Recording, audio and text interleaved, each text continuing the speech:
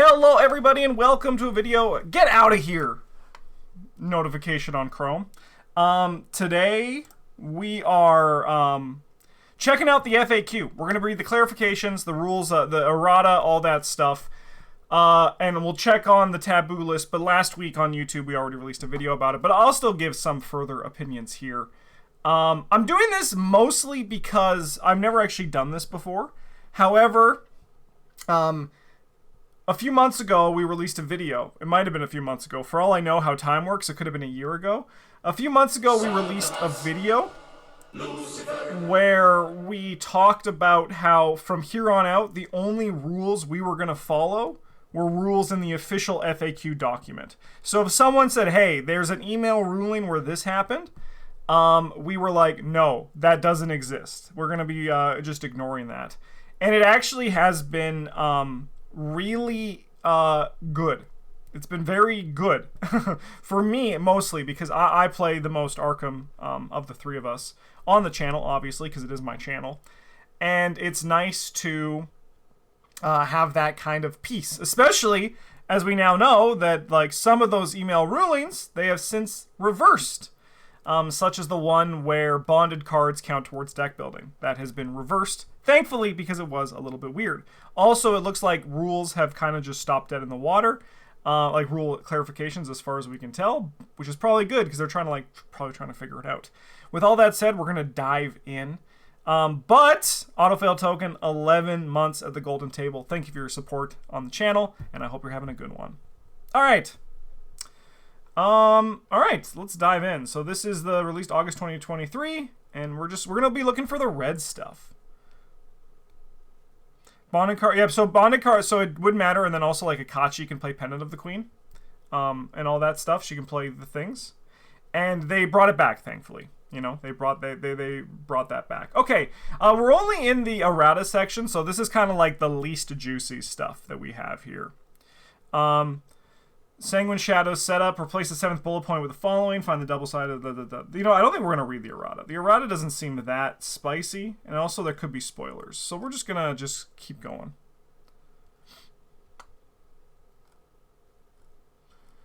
Alright. These are all just clarifications for the wine cellar.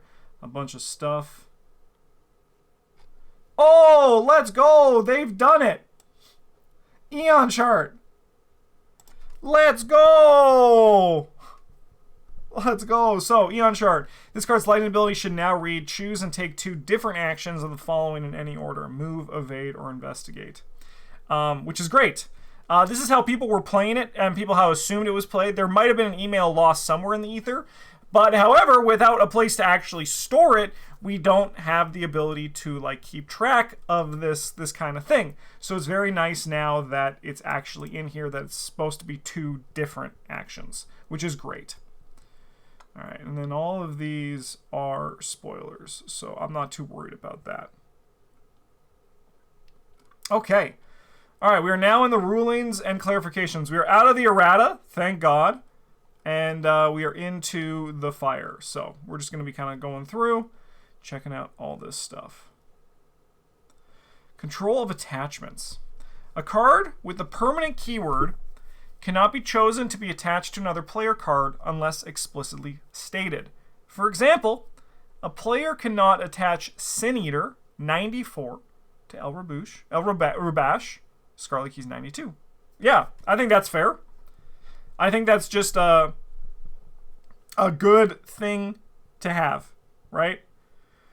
As far as I have like always in my heart of hearts and like my feeling for how the game should work is that permanents, you can't interact with them, right?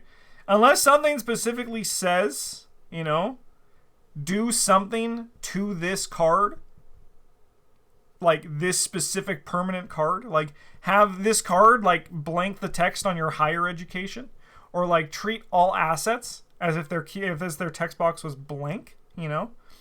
Putting Sacred Covenant under Diana, also fucked, you know, because it has the whole thing, like it has the whole like thing where just like it's not, it's, you know,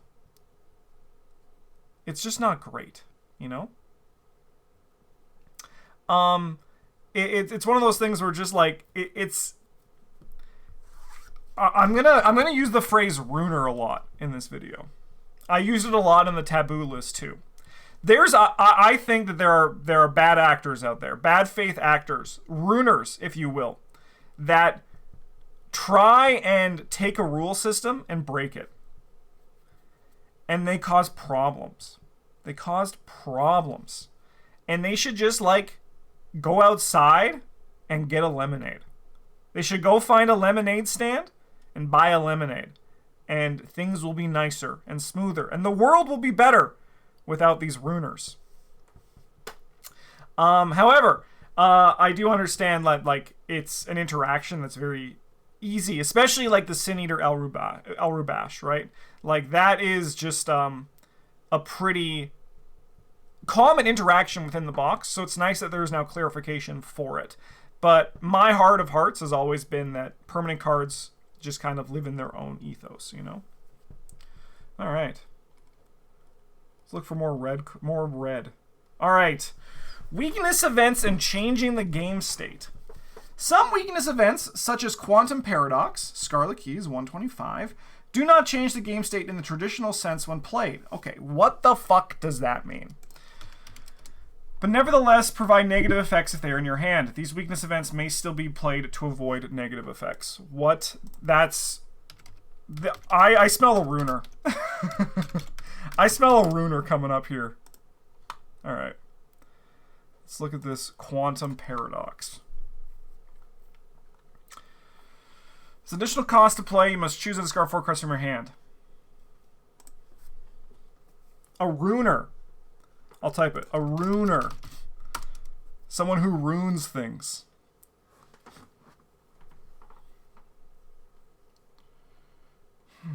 So, yeah. I can see, like, the official rules. If the official rules say that events have to change the game state to be played, I would argue that a card... discarding cards from your hand is changing the game state because the state of the game has changed. I would argue that even playing an event changes the game state because your hand goes from 8 to 7, right? I think that on its like basic, you know,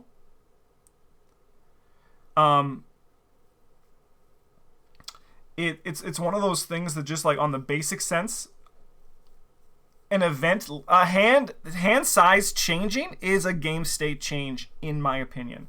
So an event leaving it, you know, I always then change the game state meant what's on the table. In that case, we could then argue that a card that, and like a treachery that removes a card from your hand doesn't change the game state, right? If a treachery only discards cards from players' hands, and we would argue that that doesn't change the game state, we would then say that, like, I would understand this, right? But to me, game state is everything. Game state is library. Game state is discard pile. Game state is hands. Game state is play area, right? Game state is location cards. Game state is everything in my mind. Game state should be just everything within the game, right? Because your hand is a state in the game. If a treachery causes you to discard cards from your hand, then a reduced hand size should be, like, a card leaving your hand changes the game state. So for me, this would never have been a thing, right? I never would have thought this because I'm like, you know, no matter what, this changes the game state to me, right? But I do understand that some people, once again, call them runers, because this smells like runers to me. It's one of those things that just I'm glad it's clarified at least, but you know, because it's changing the game state. It is. It is, right? Yeah. The whole like what's an example?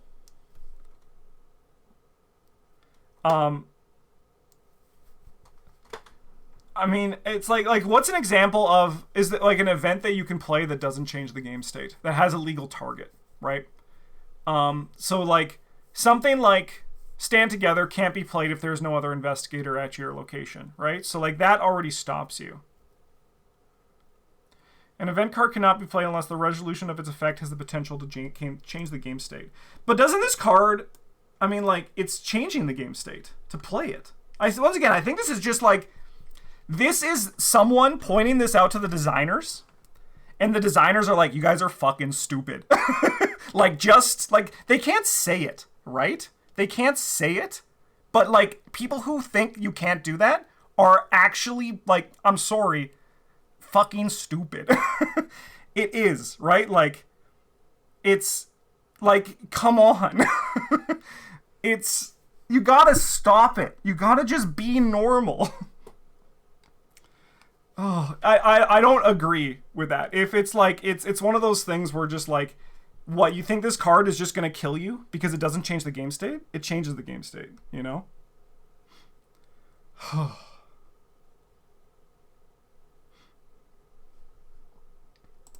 Yeah, no, I don't see that one. Like, that one, I like, the designers, it's just like, what do you mean? We made a card that you couldn't play, you know? All right, I'm going to deny that message.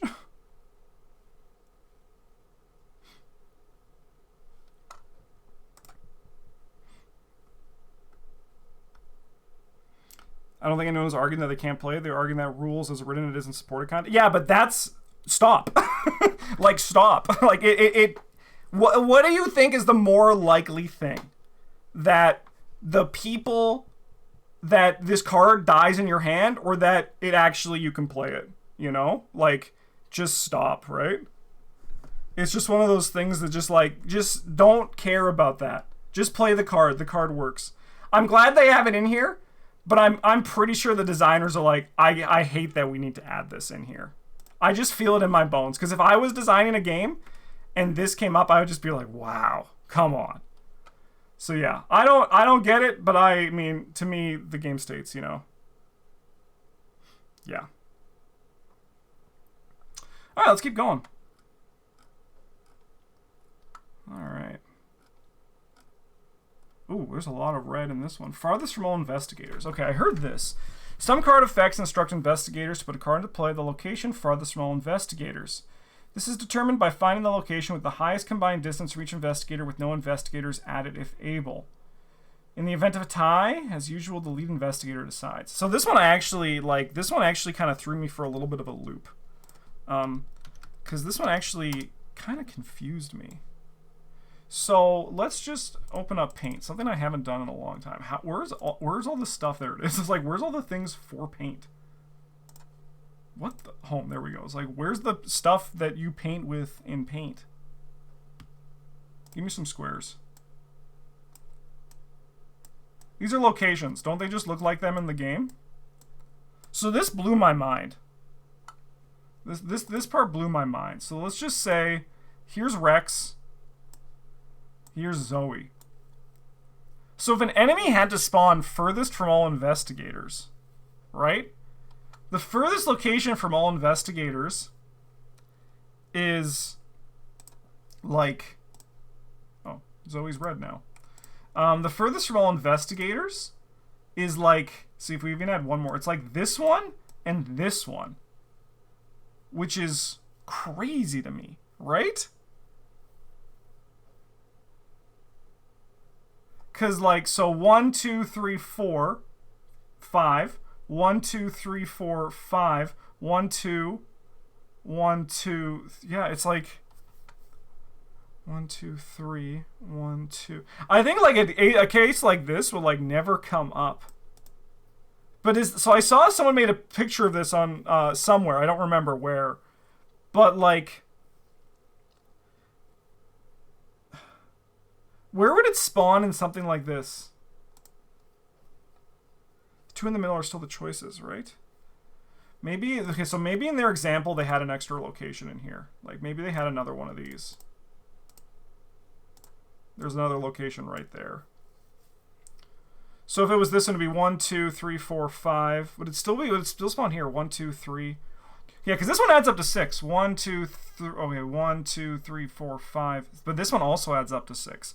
So you could choose, in this case, if there was one in the middle, you could still choose 1, 2, 3.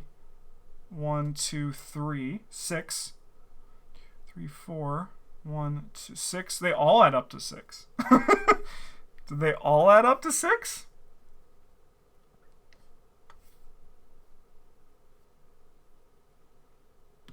Then my group would just play where the furthest from most investigators is. Yeah, it's strange, isn't it? I think, like, if I was playing, I would put him here, right? I would put him in this location. Right? If I would put him here, because it's just, to me, in my, once again, in my heart of hearts, it's the farthest location because we have to move the most, you know? We have to move the most for this. But if they're all equal to 6, then you can choose, right? If they all are 6 spaces away, farthest... It's strange. I don't know if I, like, if once again, if I'm just becoming a runer myself right there, and I need to go outside and go visit a lemonade stand. But that's one of those things that just, I mean, like, I think this edition is pretty... Like, me, Travis, and Bryn kind of got... Me, Travis, and Bryn kind of got this. Like, this, we haven't had a problem with this. And I think this is just, like... making it even, this is like just making it further, hey, just don't choose, even though the numbers add up to it, don't choose a location with an investigator, please. Please just don't do that. That would just be nice if you just didn't do that. Okay. Yeah, I think I was getting too lost in the sauce there from that picture I saw, because it kind of confused me. All right. For each and for every. All right, this one. This one is, I actually had some further clarification on this yesterday. So, I'm going to read the whole thing, and we're going to make a little, like, we're going to go like this when there's red text. Some card effects instruct an investigator to perform an effect multiple times, for each instance of a particular condition, for each horror on you, or for each card in your hand. If such an effect can be calculated and resolved simultaneously, it should be resolved, and may be cancelled, ignored, or prevented. As a single cumulative effect, if it cannot be resolved simultaneously, for example, if it has multiple steps, a choice, or other dependencies, each instance should be resolved as a separate effect and must be cancelled, ignored, or prevented independently from each other. Okay. Treachery card that instructs you to take 1 horror for each point you fail by. Since you can calculate how many points you fail by and resolve the dealt horror simultaneously, it should be resolved as a single instant of horror. A different treachery card instructs you for each point you fail by, you must either lose 1 action or take 1 horror. This treachery must be resolved as a separate effects. Each point failed by requires you to make a choice, whether that choice is to lose an action or take a horror. Each instance must be resolved separately, even if the resulting outcome only causes you to take horror.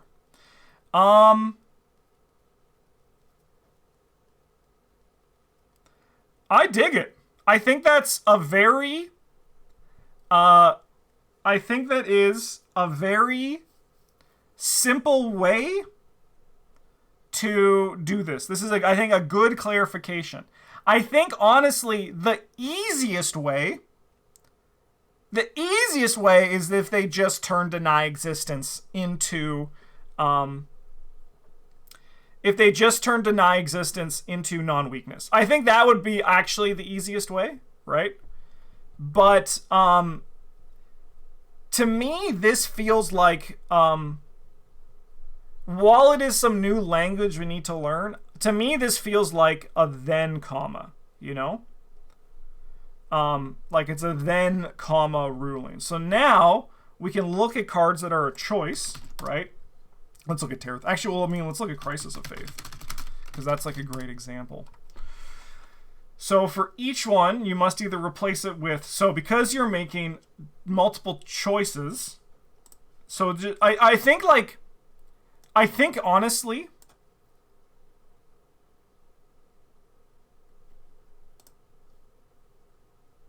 For each one of... I think they should have just dropped... Honestly, for, like... This whole thing should be dropped. This section of the FAQ. And instead, it should just be like choices, right? Like treachery choices. Stop that computer. So it's like, it should be less like, hey, if such an effect can be resolved simultaneously, it should be resolved as a single cumulative effect. It should also have, it should just be like when you have to choose between an effect, you have to choose, like, they happen in single instances. They happen one after the other, right? I think this is a very easy way to remember it too, right? Because now, just you have to choose. You must either replace it with a... So it's just like one of those things. And then also, what is it? Terrible Secret is the other one.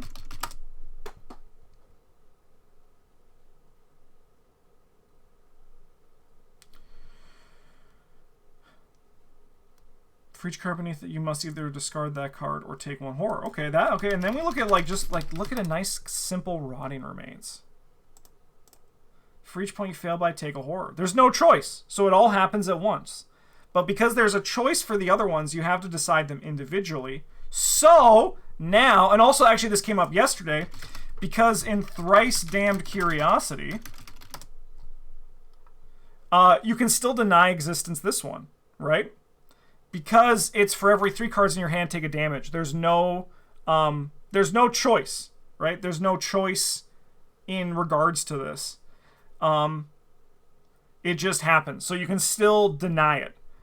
Which is why I actually, same with Mark's weakness too. What is that one called? Shell Shock? Yeah. For every 2 damage on you, take a horror. So yeah, this actually what came up yesterday, because I asked about the changes for this card, if this actually works. And Dice Gods, who I was playing with, I was recording, said that basically the change was that now it's a choice. If there's ever a choice between it, they happen in individual instances, which I think is good. I think, going a step further, I think deny existence should just also say non-weakness on top of this. I think they should keep... I like this choice thing, and they should just put the deny existence non-weakness on top of it. I think they should do both. I think Harvey Walters now has tools enough that he doesn't need to do this. I think they just need to do everything. I feel like there should be a base rule game. Yeah, I mean, I think there also should just be like a base rules document that they just like constantly keep updated.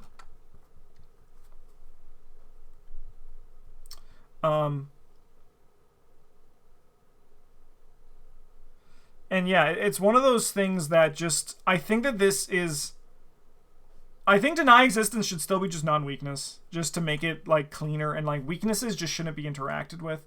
But I think the thing that I like the most is that it actually causes you to think.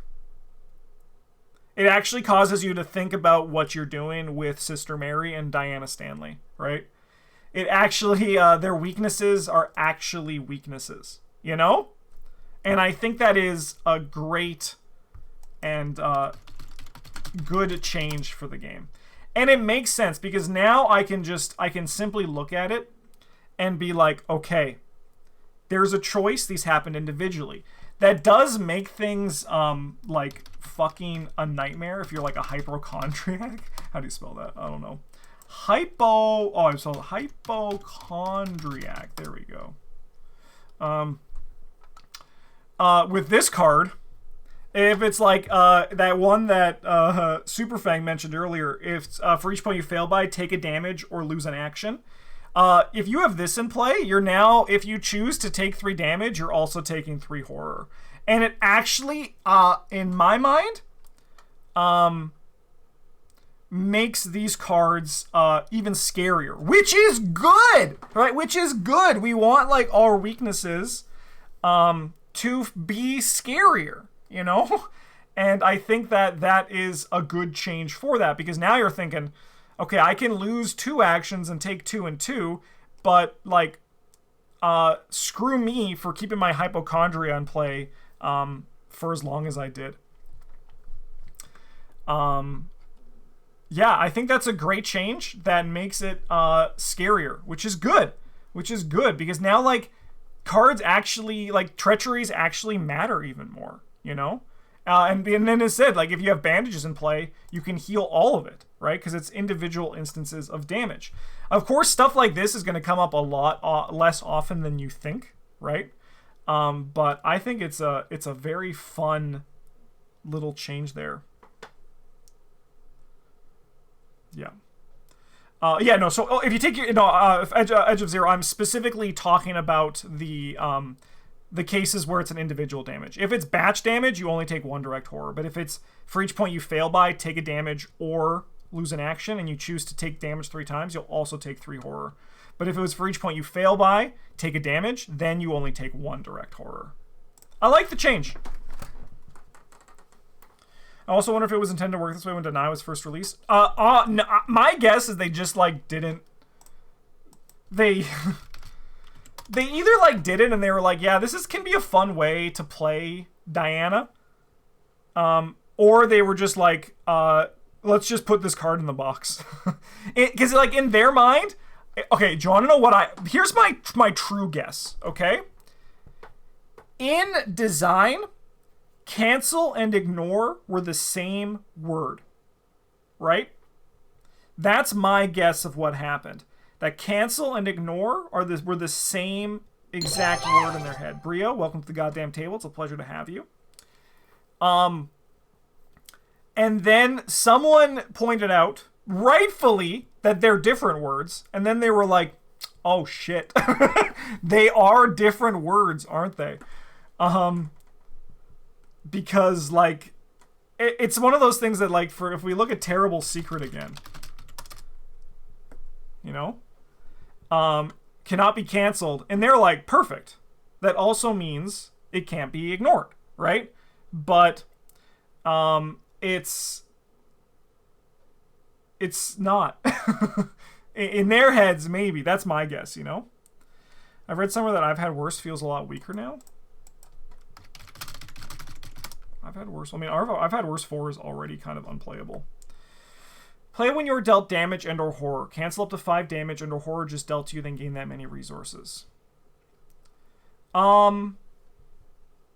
mean, yeah. But there's still, like... But I mean, like, there's still, like, for example, like, Grasping Hands, right? Grasping Hands, you can still prevent 3 damage, right? You can still prevent 3 damage for that and gain money, right? Like, I think, like, not every card needs to be oh, I mean, well, yeah, of course. Well, this card's already unplayable. Like, the level 2 is the only version that exists. This version isn't good. Like, if anyone bought this, I would, like, stop being friends with them. You know, I'd be like, sorry, we can't hang out anymore. You know? This one is the good one. You know? Like, I thought this card to me is already unplayable. This is for, like, surviving Beyond the Veil or whatever it is, Beyond the Threshold, you know? Yeah, the level 2 one's great. And I think it's still just as good. But this to me is like Monster Slayer, you know? A card that just costs too much and isn't worth it. You know, it's like it's an old Guardian card. It's one of them old Guardian cards, the ones that are just like, you're like what were they thinking, you know? Can't believe the level 4 ones in the revised core. Honestly, yeah, I agree with that. Like, I think some of the choices in the revised core were incredible.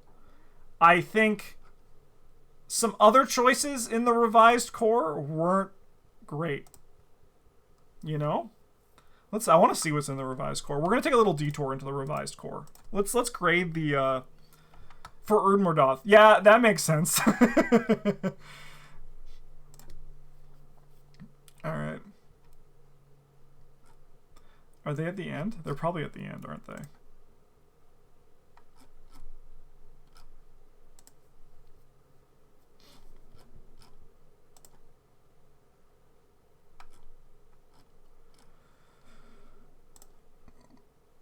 Okay. First Aid 3. No thanks. No thanks. Don't dig that. Don't dig that. It is better healing, but I don't think there is a payoff to it in the core set.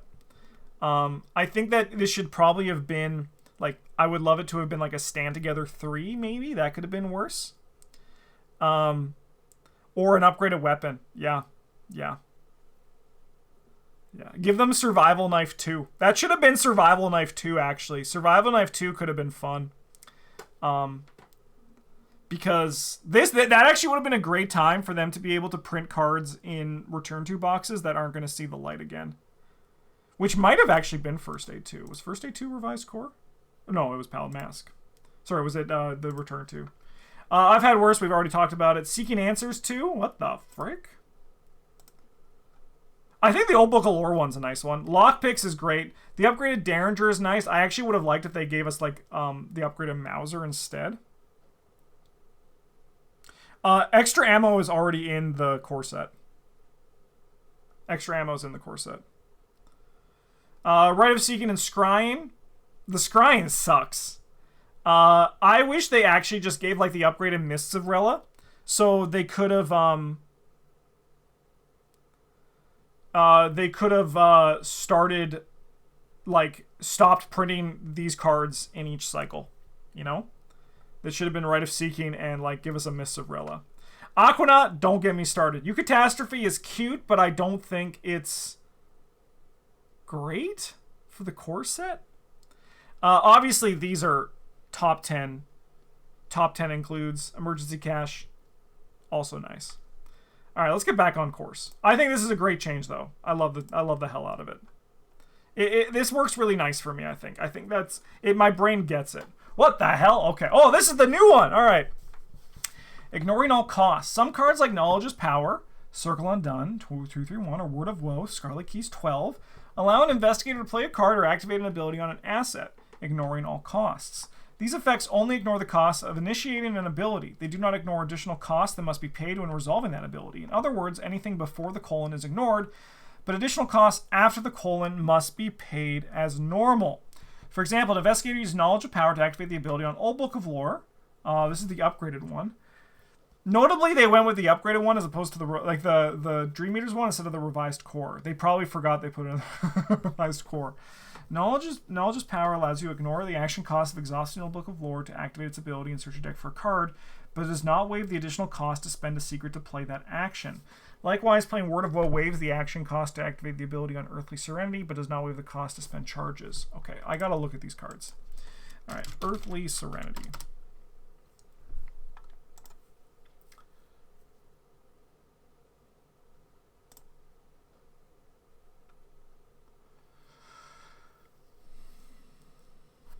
Okay, we also need a Knowledge's Power. Ah, shit, I did it wrong. Man, Arkham DB is slow right now. Let's go like that.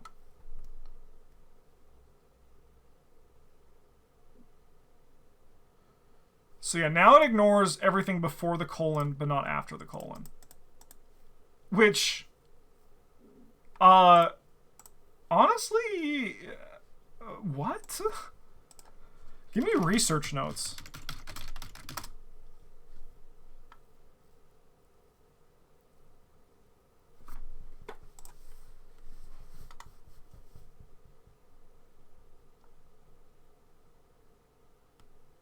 What the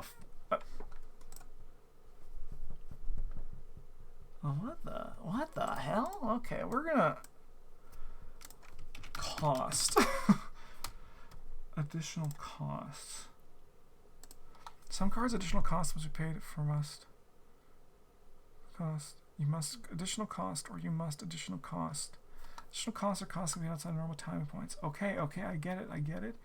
Requires additional cost to resolve. The additional cost must be played at that time. Additional costs cannot be paid. You can't beat. Exhaust Duke. Investigate.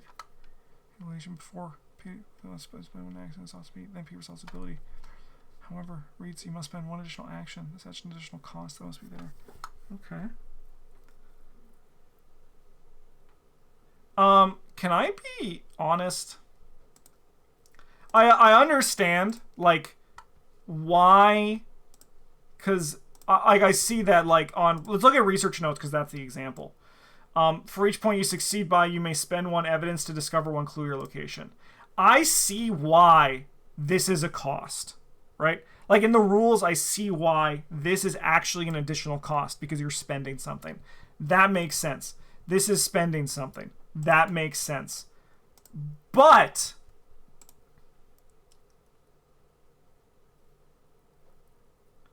It's because of this. It's because it has this as well. So what happened was...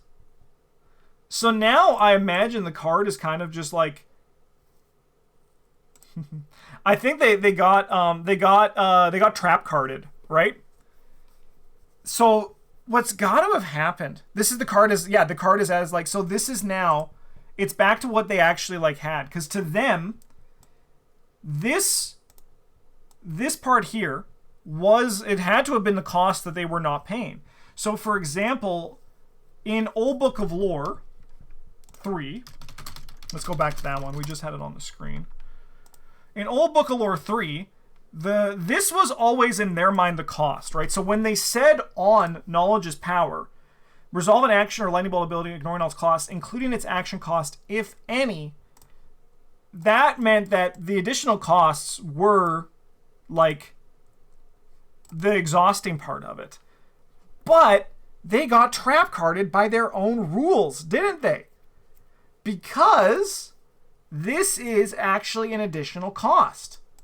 So that is one of the costs that you can ignore. So they got trap carded and they said, hey, now we have to just like they probably, their design philosophy was like, we're just going to let it ride for a bit. We're going to see how it is. We're going to taboo it to get some additional experience, and then we're going to just let it sit. And then they were like, no, it's ruining the game.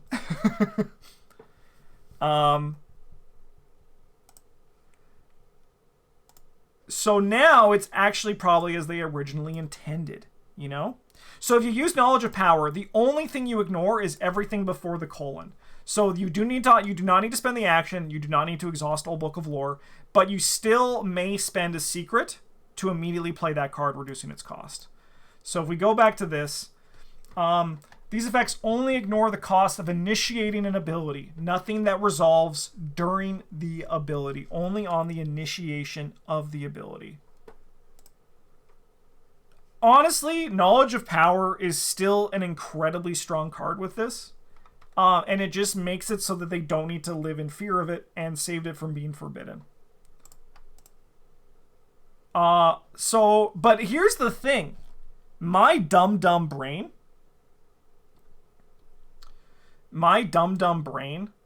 was like, oh yeah, this would be the cost. I would never, like if we go back to like Earthly Serenity, I would never have thought that this was the cost, was part of the cost. To me, this would be like an effect. But I'm a dum-dum, right? Like I'm a fucking idiot. So it's, I see why it happened, but I never would have got there myself.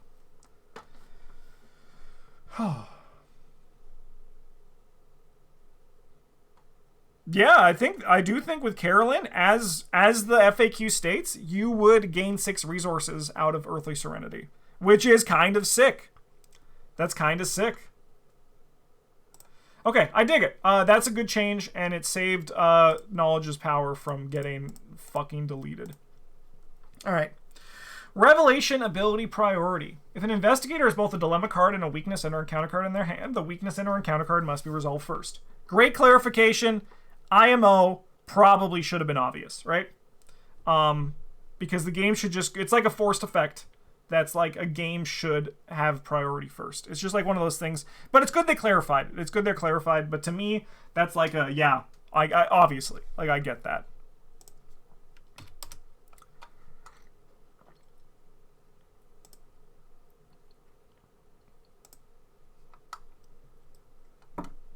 Okay. We're in the FAQ part now. Is there new stuff in the FAQ? There's a lot. Holy cow. The FAQ for Knowledge is Power says the opposite. Where? Because this stuff is old, right? I don't think this stuff has been updated. Unless you're talking about in the actual FAQ document, in which case, lol. Alright. When I investigate using the upgraded Sixth Sense, circle on done 322 and reveal one of the listed symbols. Symbol tokens. How do I resolve investigating 2 locations? How do I resolve any additional effects that would trigger as a result of investigating the second location? Okay. When I investigate and reveal one of the listed symbol tokens, how do I resolve investigating 2 locations? Okay, what? To investigate 2 locations, you perform one investigation test, choosing the shroud value of either your current location or the chosen location, and then you apply the results of the test to both locations. Each effect on either location that would trigger during that investigation still triggers as long as you haven't passed its initiation point. This is making me more confused.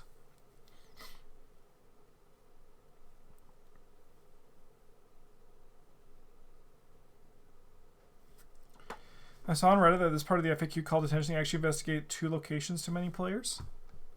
Do I need to look at Sixth Sense?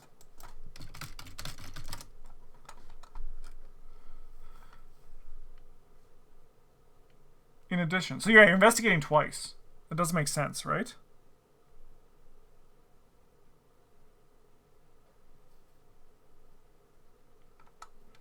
Okay, I mean, yes, because you're investigating 2 locations. Choose the shroud value of your current location and chosen location and apply the results of the test to both locations. Each of the trigger to pass. For example, if you choose experimental wards, you may resolve its ability of taking 1 horde to give a -2 shroud. By the same logic, the forced effect will trigger if you do not succeed by at least 2. Oh, okay, that makes sense. I think this is one of those things that doesn't matter too much, right? Like, it doesn't matter too much, but it's an as if, right? Yeah, okay, no, that makes sense. Does Read the Signs allow me to ignore the locked door? No. No. No, why would it? The answer is no. Yeah, rare occurrences should be, they should, this is where they should live. Allows you to ignore triggered abilities such as the haunted keyword or forced effects on location. Yeah, because you can't ignore locked door. You could, in theory, get dicked by 2 haunted things with Sixth Sense. But it's a may, so just don't do it. Just don't do it, right? Like, it's a may choose. You may choose, so if you're going to get dicked by it, don't. Just don't. Yeah, no, I mean, the Read the Sign ones is obvious to me. Right? It says can investigate. And also, like, even further, Read the Signs says you ignore on the location, and locked door isn't even on the location. Ignore any effect or keyword on your location. And this is not on your location. It's on the treachery.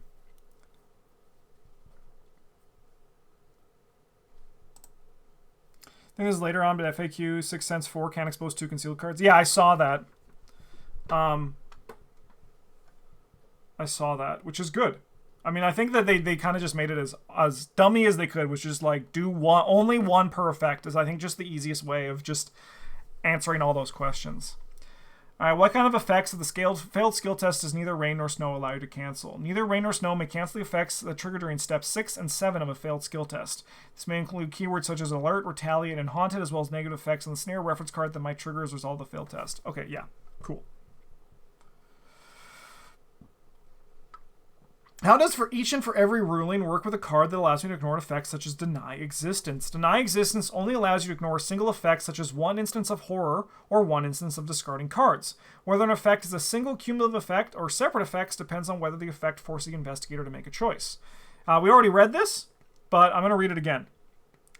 For example, terrible sig. I mean, like, I think you're being a little bit facetious there. Autofill token. You don't need to remember steps 6 and 7. This is basically them just once again being like, "Hey, dummy, read the card." You know, like do what it says. If it's a negative effect, fucking ignore it. You know, it's just like just do that, right? Like, same with like the Read the Signs one. It's just like, no, just like read the card and do what it says. Alright, so for example, Terrible Secret, circle and down 15 must resolve as separate effects because the investigator is choosing whether to discard the card or take a horror. If your card beneath the dynamic, it can only ignore discarding 1 card. It cannot ignore all horror. Nice. Nice. Nice, yeah, no, that just goes further. Oh my god, we got a lot of FAQ here. Alright, when a card such as Grappling Hook or Sledgehammer instructs me to perform a different number of actions than the cost of the ability, how do I determine how many actions I perform for the purpose of card effects? Oh, okay, let me see if I can guess this. It's only... Oh, I actually don't even know. Let me think. So, with a card such as Grappling Hook or Sledgehammer instructs me to perform a different number of actions than the cost of the ability, how do I determine how many actions I have performed? Interesting. Okay, let's see if we can solve this before we look at the answer.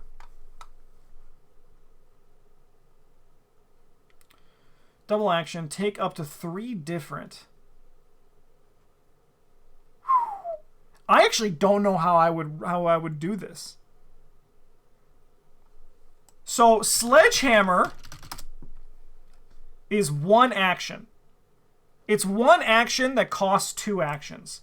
This you actually will take 3 actions and do 2. That's what my gut says. Let's see if I'm right.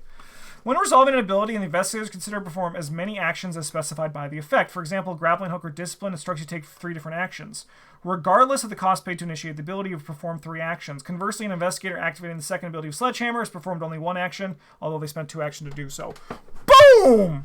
Who's good? Who's not stupid all the time? This guy. Grappling Hook should be 4 total, right? No.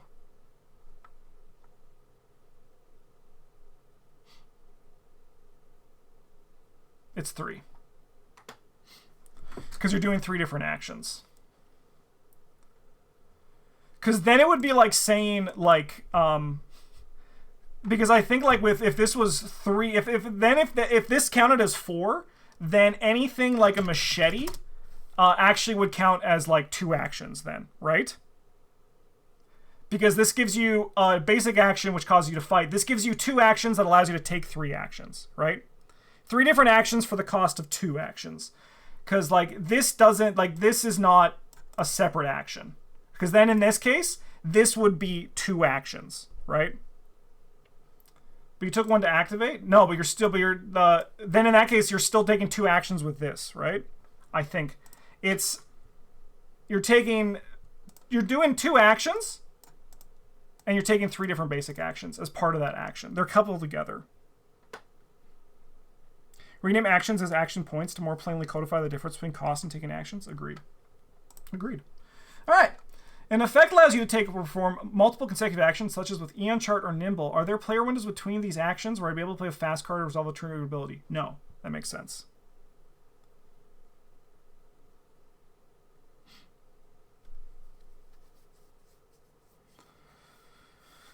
The emerge, yeah. It is one of those things that them being called actions and action cost, it should be clarified further, but to me, this is not like me taking the activate action isn't like, it's an activate action it's an activate that allows me to take up to 3 different basic actions. So this doesn't count as, like, this isn't taking an action. What you do up front isn't the action, it's what you get on the other side, right? It's what you get on the other side of the action that is the actions you are taking. These are the actions you are spending, and it's an activate action that is taking up to 3 different basic actions. That is the action. So they're like lumped together. No. What does it mean to treat True Magic as a revealed spell asset? Okay, when you reveal a spell asset during using True Magic's ability, True Magic essentially becomes a copy of the revealed asset, including its cost, name, text, and traits.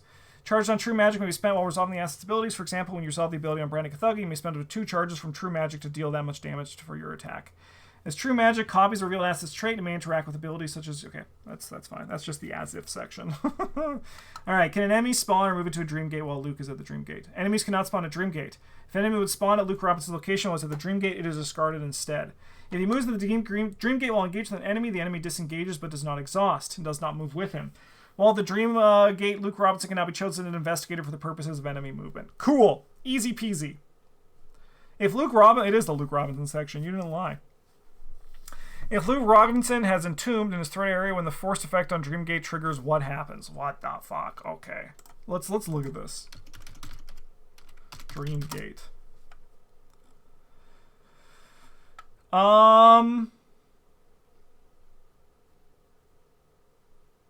Okay, this is the pointless reality. Set aside out of play. If he is here, move him to any revealed location and he takes 2 horror. Well, he gets killed. He just dies. That's what happens. Alright.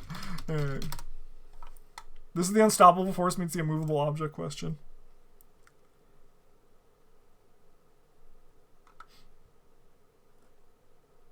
You cannot disengage from enemies or move. I mean, the ruling is just that it's gonna just be, it's an encounter. You can move this. Like you can move from non-encounter card effects, right? Like, and this is like essentially a negative encounter card. Or he just gets killed. That'd be so funny. If this happens, Luke Robinson dies. Hell yeah, that'd be really funny. All right. While entombed would not prevent from moving. An investigator cannot be at no location unless explicitly stated. When Dreamgate's forced effect would move Luke Robinson to the investigation, you may ignore the effect. Yeah. Just like, it's one of those interactions that is so narrow. They're like, I understand why you're asking, and we'll put it in the FAQ, but just like, know that you're special and you have triggered this on your own, and we're very proud of you. We're going to put it in there just for you, because obviously just do the thing that makes sense. You know, just like play the game. Don't just kill your character. How does the ability on Soul Sanctification interact with Second Wind when I have either 1 or no damage on my investigator? What? Soul Sanctification. I mean, that's the one that heals, and Second Wind heals you too. How does it interact with my Second Wind when I have either 1 or no damage? You just heal, right? You just heal, right? Soul Sanctification grants you the ability to heal damage or horror in excess of a target's maximum health or sanity. Normally, you would not be able to play Second Wind when you have no damage on your investigator, but with Soul Sanctification, I mean, like, that's just like, duh. Come on. Like, the card says.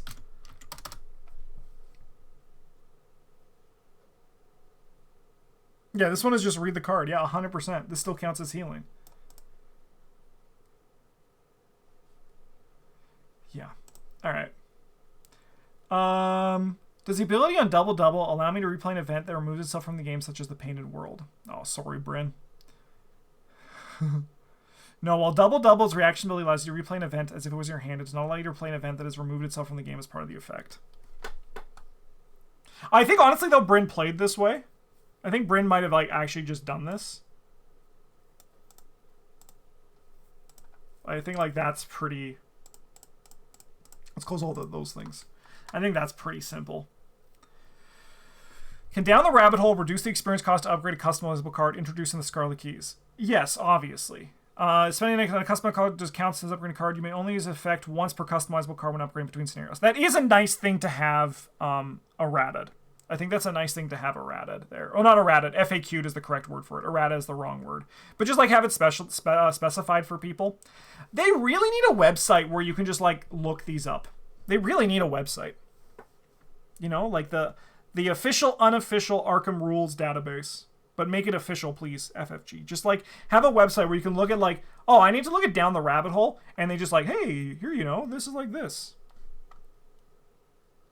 Once per customizable card means 1 pip on the sheet, right? Yeah, well, you can only use it once, right? So you can't, like, use it to reduce 1 upgrade and then use it to reduce another upgrade, right? So you can only use it to reduce 1 upgrade part of it. When purchasing level 0 cards to reach legal deck size, does Down the Rabbit Hole increase the cost to purchase those cards? No. Because you need to have a legal deck.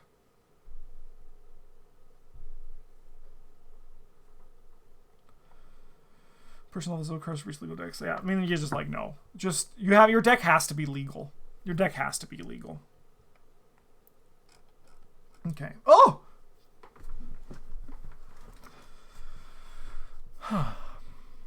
Alright, when setting up the City of Archives, do I follow setup instructions or constant abilities on my investigators such as Safina Rousseau or Lily Chen? When setting up the City of the Archives, you're instructed to swap your investigator card with the body of a Yithian. This swap occurs during Step 10 of setting up the game, as outlined in the rules reference. Any investigator with 7 abilities that resolve before Step 10 should do so, meaning Safina Rousseau should choose 5 events and Lola Hayes should choose a role before swapping. So... Before Step 10... What are ones that happen after Step 10? To be honest, I don't even follow the rules for setting up the game.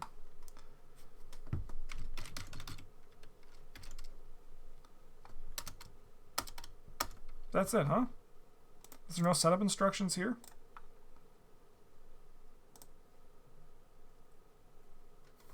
Like, stick to the plan mainly? Maybe? Maybe. do I need to like look up the rules? The very end. Let's go to the very end. Why is this all bolded? I feel like I'm going crazy. Why is everything bolded? Setting up the game. I went right by it because everything's bolded. It's all in bold at the end. Why? Why can't this just be a tie? All right. Choose investigators. Take trauma. Choose one or more investigators to lead. Assemble and shuffle the investigator deck. Assemble the token pool. Assemble the chaos bag. Collect starting resources. Draw opening hands. Perform scenario set of instructions.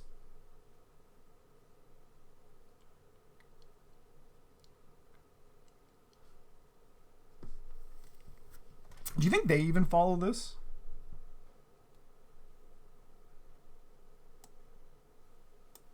When they do this? Okay. So Safina, let's look at Safina. Safina Rousseau, the painter. When you would draw your opening hand, draw 13 cards. Draw opening hands. So you still get your 13 cards as Safina. So Ashcan doesn't get his.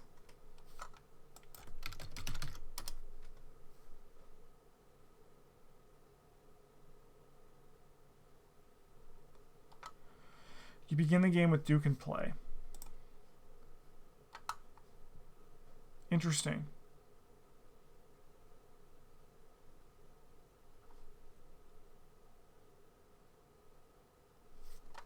The setup, I think, is very messy. And when does Lola state her? Lola Hayes. Always search Lola Santiago, the good Lola. After you draw your opening hand. Okay. What about Lily Chen? Let's look at Lily. You begin the game. So Lily doesn't get... Whoa. Okay, wait a minute. So...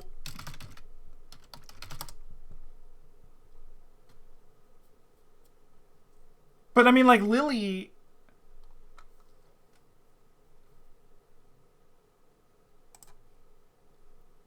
Lily... Yeah, so she still gets them. So it's just, yeah, that's what I was saying. So she still gets them because they're permanents. They should have specified that there because they have, because like, I think like because they have Lily Chen, they should have probably said Lily Chen, however, hers are permanent, so they just start in play. They could be on Broken Side if you're feeling a little bit naughty. What about Mark? But Mark Harrigan has Sophie. Sophie's a permanent. You begin the game with Sophie and Loving Memory, but you can start with Pissed Sophie if you wanted, which then flips back to regular Sophie.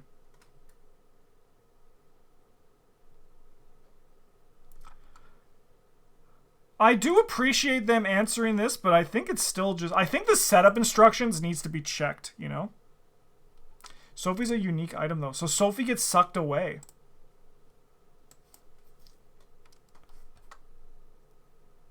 Sophie's she is, isn't she? She's a unique item, so she gets sucked away. But she cannot leave play. Well, she's not a permanent either, so she actually wouldn't...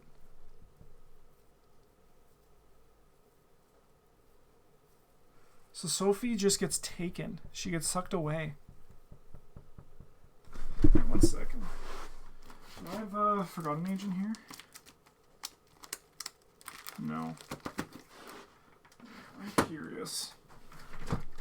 This is a very this is a chill video for everyone watching at home. I'm just like running around doing I'm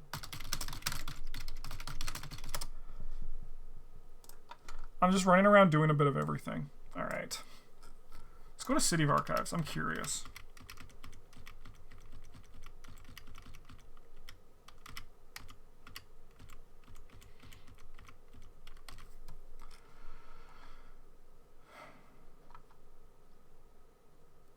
You must search the deck and player for all unique item assets. Sorry, Sophie. Cool. How do we know how Ash Campy doesn't work? Can someone explain part of the wording telling it's different after step 10? No.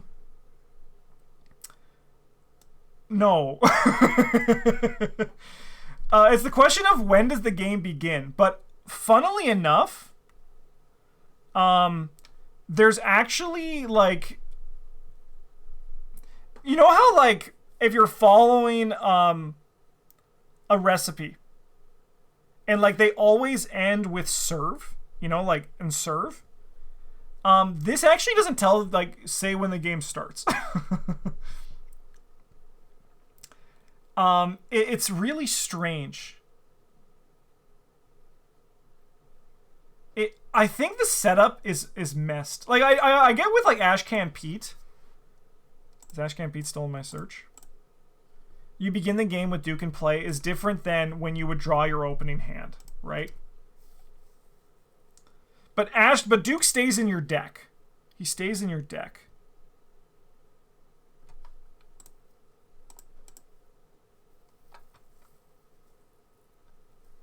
Yeah. What happens to Joe Diamond? Oh. Joe Diamond. When the investigation phase begins, so his is during setup of each scenario, so he still gets it, but they just sit outside, right?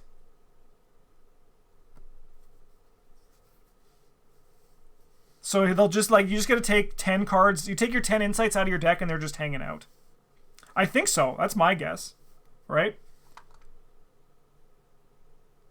It's during setup.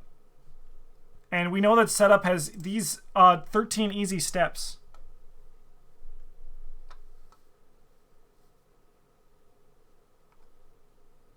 Notably, there's no... is there? Do you know what they should really just do? They just need to add, like, a step 7.1, which is just resolve all investigator setup instructions. You know, like, they just need to have, like, something like that. Like, if any, resolve setup instructions for your investigator, if any. They need to have a step for that.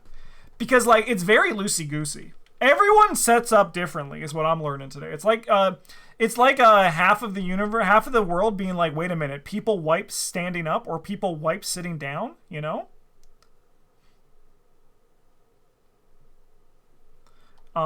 It's kind of like one of those, you know? I feel like that's where we're doing this.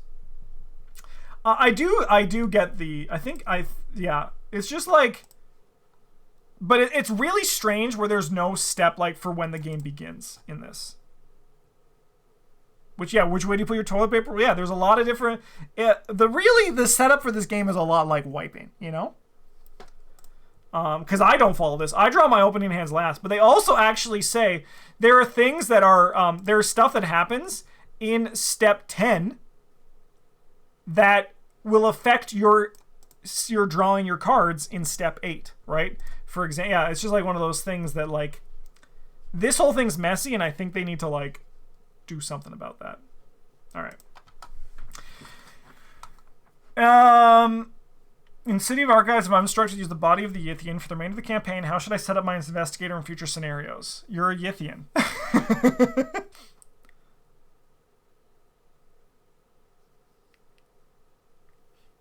Easy, yeah.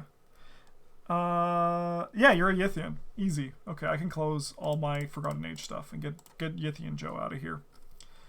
All right, Innsmouth Conspiracy. When can I spend experience to play side story during the Innsmouth Conspiracy? You may only spend experience when instructed. Yeah, okay. That makes sense. The setup thing reminds me of you roll your basic weakness after the deck is made, but for that one, gives you XP, lets you wait to the side. Honestly, at this point, I think they should just change it so that you roll your basic weakness before you build your deck, after you choose your investigator. Just makes it easy. Oh, look at all this fucking Scarlet Keys shit. Holy hell.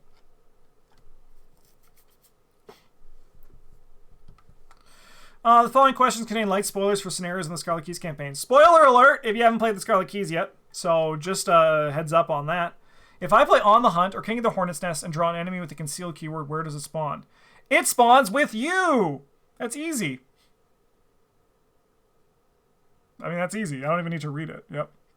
Both events instruct to spawn the search enemy engage with you instead of its normal spawn location. For enemies with the concealed keyword, their normal spawn location is in the shadows, so playing an event allows them to spawn with you. Good tech. Good tech. If you want really good tech, bring On the Hunt 3 to Where the Gods Dwell. Now that's some good fucking tech. All right. How many concealed mini cards can I expose if I resolve an ability with multiple effects, such as Power Word with its Tongue Twister or Thrice Spoken Commands or Breaking and Entering? An ability that contains multiple effects, able to expose an enemy, can have just one of those effects replaced with its exposure. A concealed mini card may be exposed by successfully attacking it, successfully automatically evading it, successfully investigating its location, or automatically dealing damage to it, or automatically discovering and include its location. Any of these effects can be replaced with the exposing of one mini card, and only on one mini card at the time can be exposed by effect. Notably, okay, successfully automatically evading it, yeah. For example, Breaking and Entering has two effects. Investigating, and if successful, automatically evading an enemy. Either of these effects may be replaced with exposing a concealed mini card, but not both. Easy, good, clean, concise. One card per effect.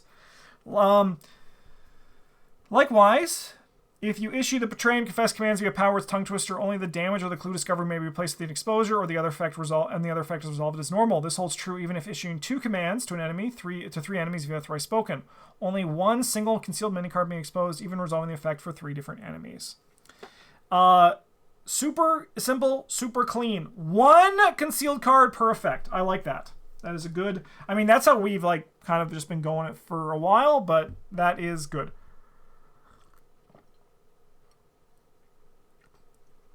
Yeah, per ability. Yeah, sorry, I use effect and ability interchangeably. That is my ignore cancel problem.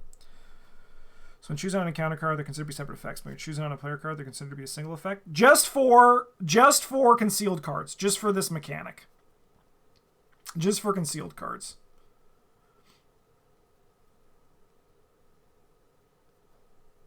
Yeah, because it's a balance thing, right? It's just one concealed card per. Nice and simple. Going for balance over balance and simplicity over power and complexity is a lot better in the long term from game design, right? It's kind of funny there's a story asset that now doesn't work as it probably was intended to. The card in effect, deal 1 damage, get 1 clue, was obviously made as an anti-concealed card. What card is that?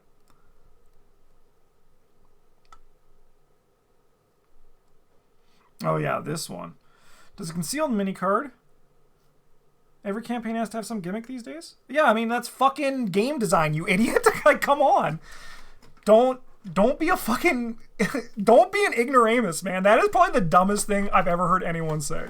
Holy hell. Yeah, of course every campaign has to have a gimmick. That's game design. Oh my god. That's what game design is. Does the question mean that a B-Cop and Alice Luxley don't work for revealing? I don't think so. You just deal damage, right? But they don't count as enemies. Right? But you can still deal damage. It does it for purpose of card effects depend on having an enemy at your location. No, concealed mini card can be attacked or evaded as if it were an engaged enemy, but for all effects is not considered to be an enemy at the location. For an example, if Trish Scarborough discovers a clue at her location with a concealed mini card but no enemies, she's unable to trigger her action ability because the clue was not discovered at her location with an enemy.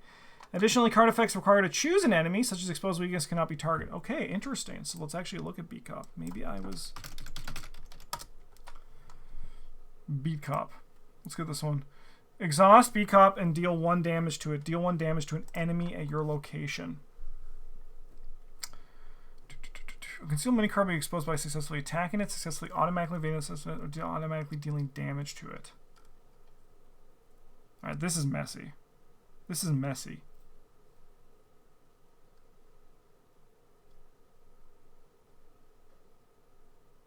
It's not considered to be an enemy in the location.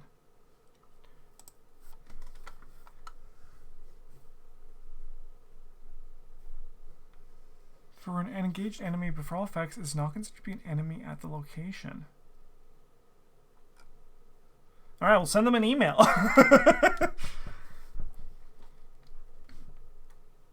Alright, choose an enemy. This is just dealing 1 damage to an enemy at your location.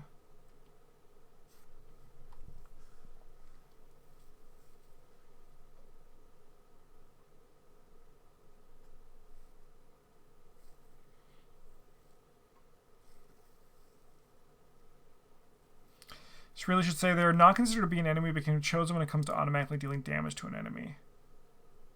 For things like BCOP, I think it's covered by its own bullet point in just the normal campaign rulebook. Oh, let's check it out, baby. I'm down.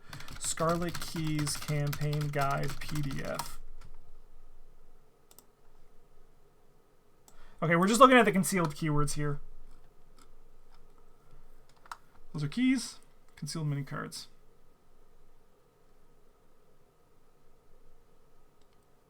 All right, let's zoom in.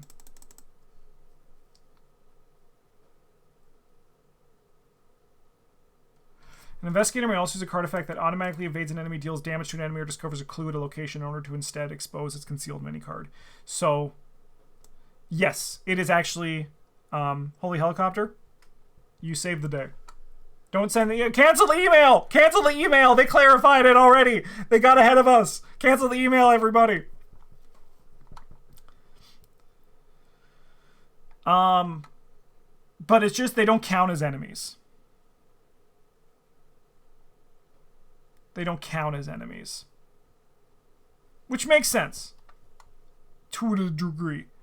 I do think that concealed mini cards is obvious when you've designed them.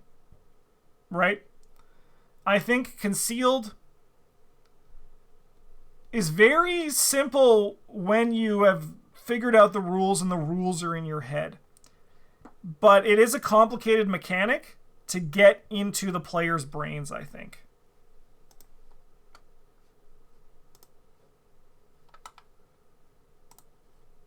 All right.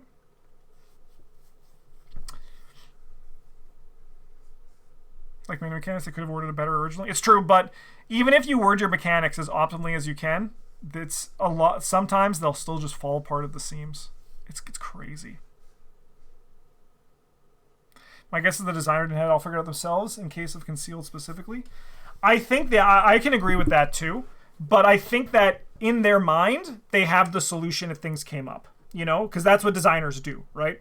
They get the ideas, they have the ideas, they know how it works. If someone asks them the question how it worked, they're like, oh, it would just work like this. And then someone's like, what about that? And then the designer's like, ah, fuck. Now I got to think about this further, you know? It's one of those things that as soon as someone tries to design a game on the scope of Arkham, it's all going to come crashing down. It's all going to come crashing down. Because you play test it with like 10 people and everything works because, you know, everyone kind of gets it. And then you send it to, I don't know, 1,000 people and suddenly it doesn't. And it takes a long time and like a lot of errors that I don't know if if they've accomplished enough, if they've gotten ahead of it a bunch. I think honestly the concealed mechanic was like a little bit too obtuse. I get it now. I'm pretty comfortable playing with it now. And I think like these are nice clarifications for it, but it is like, especially the one per ability. Yeah. I wish they called that breaking and entering the rulebook itself since it came out with the set. And that's where I mean, like, where I say like, it feels like it's not fully baked, you know? And I wished it was a bit more baked. And that's where I'm kind of like sitting with Hemlock Vale, where I don't know. I'm optimistic, but I really wish I wish the scope was just a linear 8 campaign adventure. But we'll see. We'll see. Because I think the game needs a Hemlock Vale. I'm excited for it, and my hype is pretty high, and I think it's going to be cool. But I do hope that we just get a nice basic linear encounter box coming up soon. Because I mean, like, all the custom content creators are doing it, and it's working really well. And there's a reason for it, you know? All right. If performing the shift ability on an unstable side of the key would not affect each investigator shooting me play, can I still shift the key? Okay. It needs to change the game state, right? That's all what it is.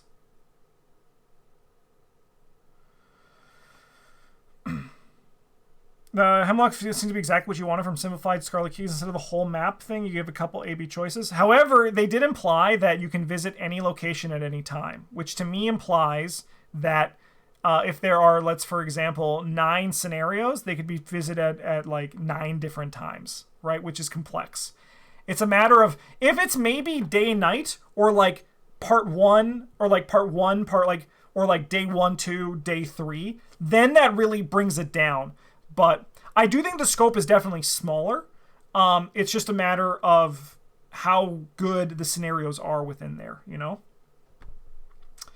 I do also, it's not going to happen, but I do hope they give us like, hey, this is what Bryn suggested, and I think it would have been so big for the Scarlet Keys if in the campaign guide they included 5 paths that you could just no brain take, you know? We're just like, after playing it, here's 5 paths that you can follow for different styles and flavors of your Scarlet Keys replays. Because I don't like playing Scarlet Keys because I don't like having to decide my route, you know? So I feel like having a route made for you is just easier. Is just easier on the players after the first one. Because the open world is cool. Because the open world is cool. It kind of doesn't shine on replays IMO.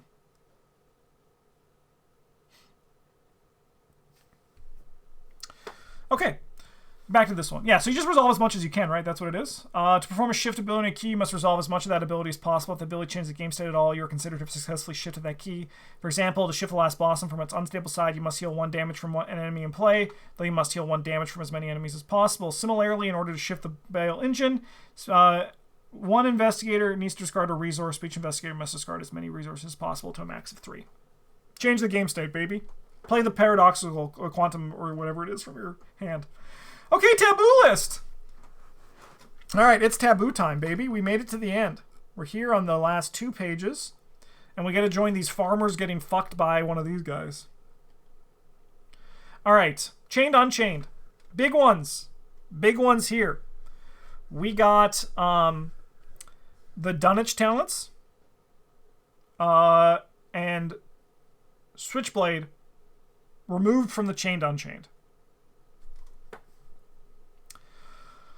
I think that's cool. I think that's cool.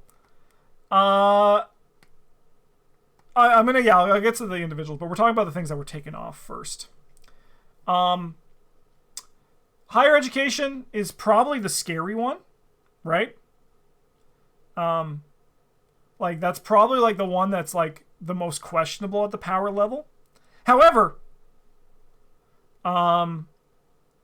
if you spend 3 experience on a card and it lets you pass, I don't know, let's just say 4 brain tests, I think that's pretty fair, right? If you're using it for your book as well, that's also like really good. There's also, Stu Dunsparce is saying there's the masks coming out in Scarlet Keys, which also seem pretty powerful. However, they're not permanent, right? So that's the other thing for the Dunwich talents. They're all permanents. I'm higher education with guiding stones. Yeah, it's with that one. I mean, but you could still do that, right? The thing is, like, I don't think it. I actually kind of agree that I don't think it's gonna bust any nuts open with it being as printed cost. People are going to take it and they're going to do good with it. But honestly, there's better things you can do with your resources than, I think a lot of people are going to buy it, use it like 4 or 5 times, and then be happy with it. And I think that's exactly where it is, right? It's like, it's one of those things where I think there's better things to do with your resources than just get brain or book boost overall now that the card pool is so big, right? Now this could be wrong, and they might like put like 1 or 2 experience on it. But I think like where was that? Was it what is it 6? It was at 6 now, right? It was +3 experience before this. I think that was too high. Yeah. But I do think the card's still good, and I think there's going to be homes for it. But I think like the problem is honestly still Dr. Milan, right? I think like Dr. Milan is still kind of I think he is still a bigger problem than higher education to me, because yeah, I think there's just better things to do with your resources overall, and you're going to use it like 4 or 5 times, and I think that's worth 3 experience. There's other 0 allies. There are now. I think they're really, yeah, I think they're also really good, but I think they're also like, I think they're pretty fair for 3 experience now. I think so. Okay. And I also think Switchblade, yeah, that can live at 2. To me, it was a bit overcosted at 3. Pathfinder now only costs 1 experience, or 2 experience. Costs 2 experience now. Good change, I think. I think 3 was a bit too much for Pathfinder. I think 2 is a good spot for Pathfinder. Sharpshooter, -1 experience. That's good, but that's not the problem with Sharpshooter. The problem with Sharpshooter is that you need to build a deck around it, and then you just might not fucking draw it. You know, that's the problem with Sharpshooter.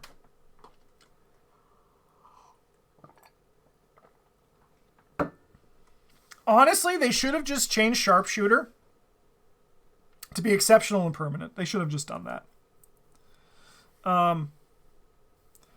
Because it's just like not good.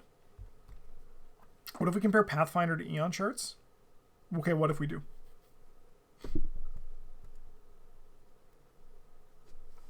We can do that.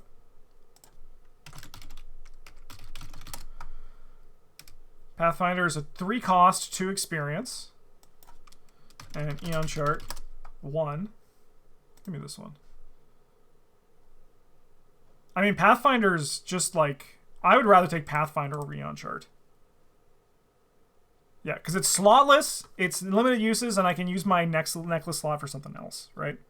I think it depends on the deck too, right? Like if you're using a secret deck, Eon chart goes up in value, right? Once again, I think a lot of this stuff is like it matters on your deck, right? Like I think it's just like it matters on the deck that you're playing. Because like if I'm playing Monterey Jack or Ursula Downs, I'm gonna take Pathfinder. I think I might take Eon chart in Ursula, but like in Monterey Jack, I'm gonna take Lucky Cigarette Case, you know? And Pathfinder has the downside where you can't be engaged with enemies to do it. This you can still do it, but you also still get attacked when you do it. I think it depends on the person, but I think they're both appropriately costed experience-wise. Yeah. Runik Axe. Upgrade the inscription of the hunt to be +1 experience. Honestly, I don't think it's enough. I think if they gutted Power Word as much as they did, they should have removed Hunt from the axe. I think Hunt is too powerful. And I think the best way is just cut it off the card.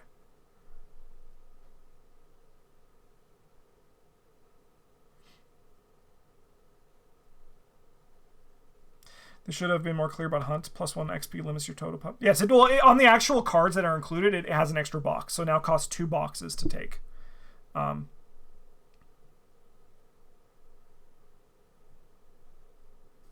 No, so it's 2 pips on the box itself. It's 2 pips. They could have specified it better. It costs 1 additional, like it's like now 2 upgrade boxes instead of 1, 2 check boxes. But yeah, Hunt should just not be on the card. Hunt is too powerful. It's very good. it's very powerful. I think it's an effect that also kind of nullifies the game because it allows you to move with enemies, which I think is just not great.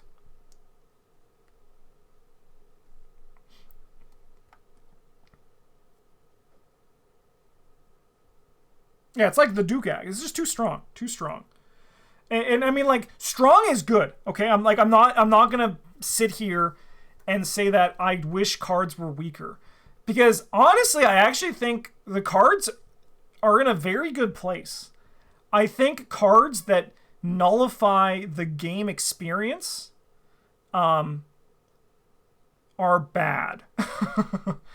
And we should not have cards that nullify the game, you know? And I think swinging an axe and moving with enemies is not good. If it was, this is what Bryn and Travis said, and also I see what D-Scarpack in chat says, if that it only could be moved on an enemy used on an enemy not engaged with you if you had no enemies engaged with you as well, that wouldn't nullify the game, right? You wish that the investigators were weaker, at least less optimized, right? No, I think the investigators are in a great place. I think apart from Amina, I think all the investigators in the new box were a win. I think so. But I think just like the things that nullify the experience of the game, like in the Prophesy Profana, where you could have ignored enemy like attacks of opportunity, that removes an aspect of the game, and the game shouldn't have aspects removed. You know, that shouldn't be a thing, right? I think for like, I'm fine with powerful cards, but they should have a limiting factor if they do nullify game effects, or they are limited use, right? And rechargeable charges ain't really... I just remember, like, if investigators had stat lines like Roland. Oh, yeah, I do think the game would be better if, like, everyone was like Roland Banks, but we're too far from that point. But I do still think there are, like, the investigator design has been very good and very clean. I think, like, they've also explored good spaces without pushing other people out. I think the investigators were really nice in this box. Someone like also like Vincent Lee is another, I think, like a top tier investigator design who feels like kind of have the Roland stat line, but you can mitigate it while building your deck, which I think is really good. Is this all the taboo list at the beginning? No, this is the current taboo list. So everything that's currently been tabooed. Shadow Light costs 2 experience now. Yeah, that's good. That's good. Shadow Light seems like a very weird card to me, right? Where the Shadow Light is the payoff. Pathfinder's now 4 XP? No. Pathfinder's 2 XP. So, the one thing to remember when you're looking at the taboo list, don't worry about the previous taboo list, right? So it's not +1 on top of the previous experience. It's now only +1 experience. So it actually went down in its cost. But Shadow Light to me is like the payoff card to the archetype, right?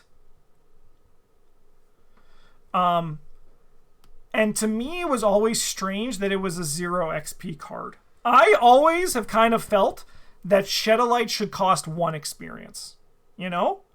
Because it feels like the card you bring in the second scenario to start seeing some payoff to your deck, you know?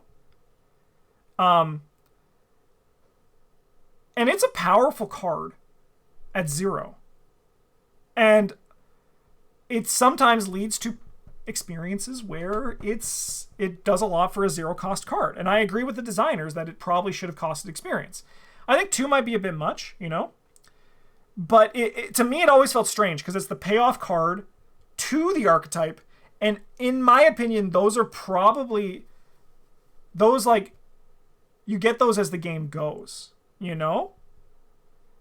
Like, I would rather Gumption and Shadow Light have switched. So Gumption was like... No, but actually Gumption's still really good. So Gumption also was really fair at 1. I don't know. I think 2's too much. I'll still play it, but I'll only play it in decks that... So, like this is what I'm about to say is kind of stupid, right? Where I'm only going to play Shadow Light in cards in decks that use the payoff for it. However, That's kind of like what Shuttlite already was. I only played Shuttlite in decks that consistently reduced Shroud values, right? It was like the deck's thing. So again, this goes to my point where it feels like Shuttlite was a payoff card at 0 experience that other people just played because the card was good enough at 0. And that's why I think the card should have cost experience from the beginning, you know? Do I think Old Keyring is a problem? Old Keyring 3. I saw some people asking that. No.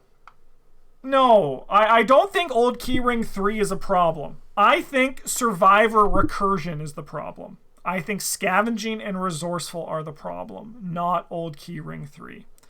I think 3 uses of Old Keyring 3 is very fair for a level 3 card. I think multiple uses of the same Old Keyring is an issue. Problem is now we're so deep into it that if you get rid of like it has like a domino effect where if you kill Survivor Recursion, you kill other cards that don't, like for example Ice Pick, right? Let's look at Ice Pick.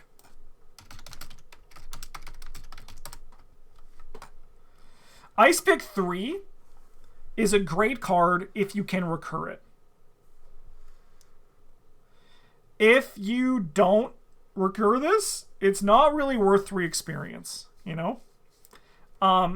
So it's like one of those things where it's, I mean, like, yeah, if Scavenging had limited uses, I think that could help combat it. But it's kind of just like, it's so baked into the class now that I think, honestly, it's just too far, you know? Make Scavenging a hand slot. That actually makes it easier to discard your things and recur it, funnily enough. I think Old Keyring 3 is kind of like, I think it's a very powerful card, but I go to the Bryn school now, where a 3 experience card should be powerful, right? And I think on its own, card's good. It's all the be able to recur it, which is really bad.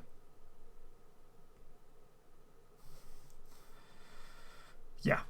I think Old Keyring is powerful, but I don't think it's the problem. I think the recursion is the problem.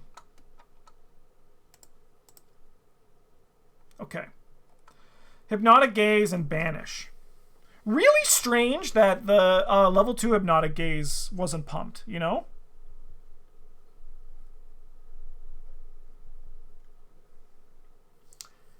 That's still really strange to me. Apparently that was intentional. Let's see if we can figure out why. Alright, so cancel attack, then reveal a random chaos token. If it has one of those, deal the attacking enemy's damage to itself.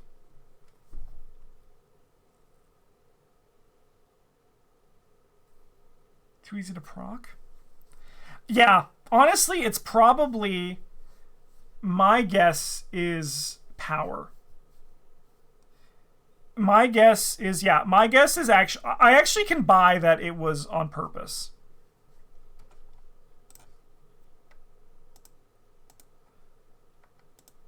Everyone loves Falk. I can buy it was on purpose.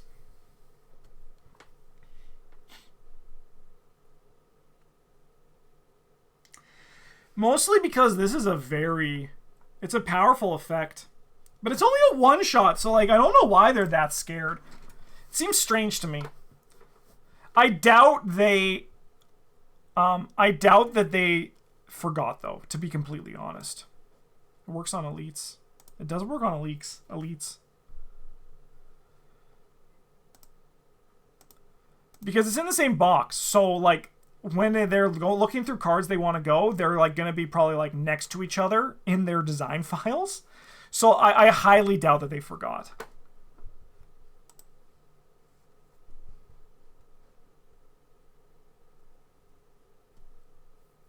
I know Duke confirmed it was intentional, but I know some people didn't believe that. But looking at it, I can believe it. I can believe it.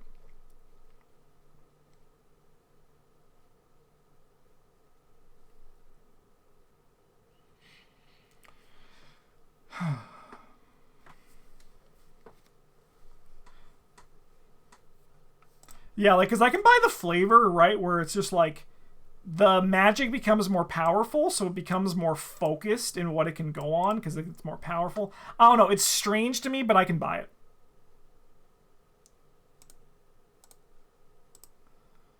Yeah. Nice changes, though. Nice change. David Renfield. Let's go! David's free!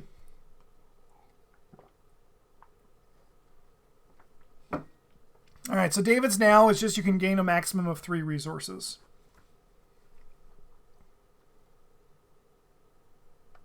Great card. Great change. Great. I love the design philosophy behind it. Like, it's super easy. It's super easy to, like, just play him as he is. Max 3 resources each time. Yeah. Yeah, so it's max 3 resources whenever you do it. So if you could put 4 Doom on him, but you would still only get 3 resources. That doesn't even seem like a limit to me. Exactly. This goes back to the runers, you know? Because a David Renfield, when played by a normal, reasonable person, usually stops at 2 Doom, right? Like, most of the time I've seen a David die at 2. Usually at 3. And yeah, that's a lot of power for 1 card.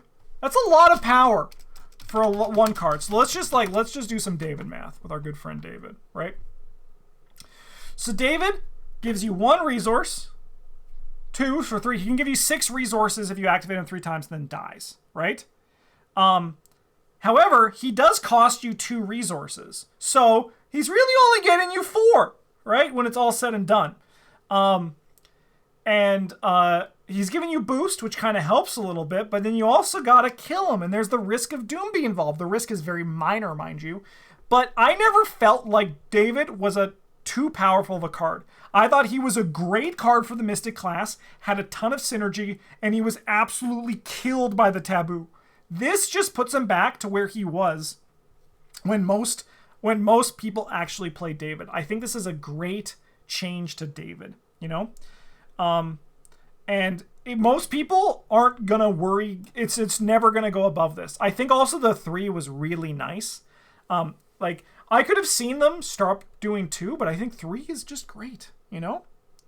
I think it's just like a really good change. And I agree. This is like this to me, I'm gonna be honest. I'm gonna just say it.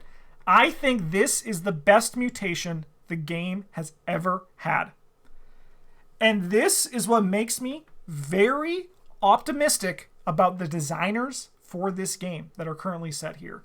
I think they fucking get it. They fucking get it. Better than the Rex mutation? Yes. Because Rex was a misprint. Rex wasn't a mutation. Rex it was a misprint.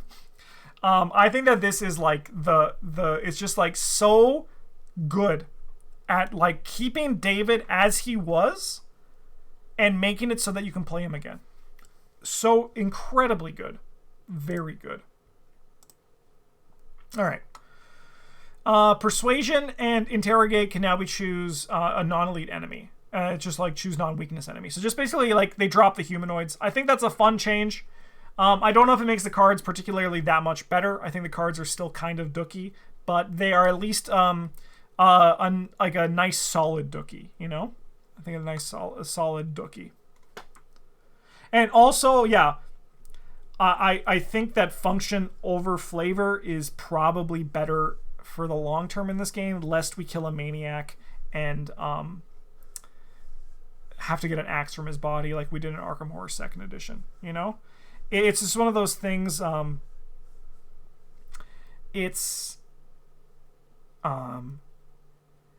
if a card can actually have a reason to leave the binder now, or alternatively have use cases when they're usable when there's humanoids there, you know, I think that it's a good thing. What about handcuffs then? Yeah, what about handcuffs? A card that people play versus these cards that sit in everyone's binder and smell like dookie? You know? It's one of those things where just like handcuffs didn't need to get clean, you know? Handcuffs is a very playable card. These ones weren't. Daredevil. I love the Daredevil change. So instead of shuffle each weakness that was discarded, you instead draw them. That buffed the hell out of this card.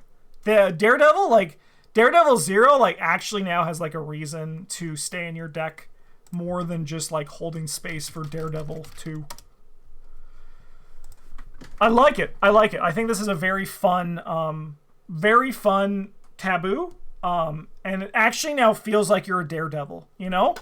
It actually, like, feels like, hey, we're gonna go for this, and, like, double points if you have if you have Overzealous in your deck.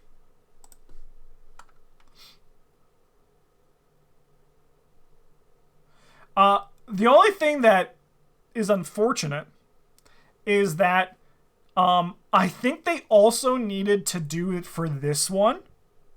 Draw each weakness, shuffle each other revealed card back into your deck. Because now, like, I probably will just play this one. Right? It's weird, isn't it? But it's kind of like how it is. Very powerful. I like being able to draw your weaknesses when you want, instead of just shuffling them back into your deck, right? Because you discard everything, and then you shuffle the weaknesses back into your deck, and then you draw your weaknesses because they're in there. This basically just cuts that part out and finds your weaknesses when you want. Very nice change. Very good change. Trish Scarborough. She can now, she can't automatically evade non-elite enemies. Good. Good. I don't much to say. I agree with the designers.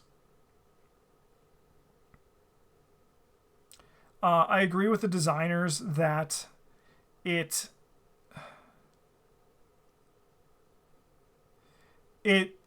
automatically evading enemies printed on an elite enemies is printed on an investigator is probably, like, reducing the ability to interact with the game, right? Like, reducing the game's ability to interact with you, right?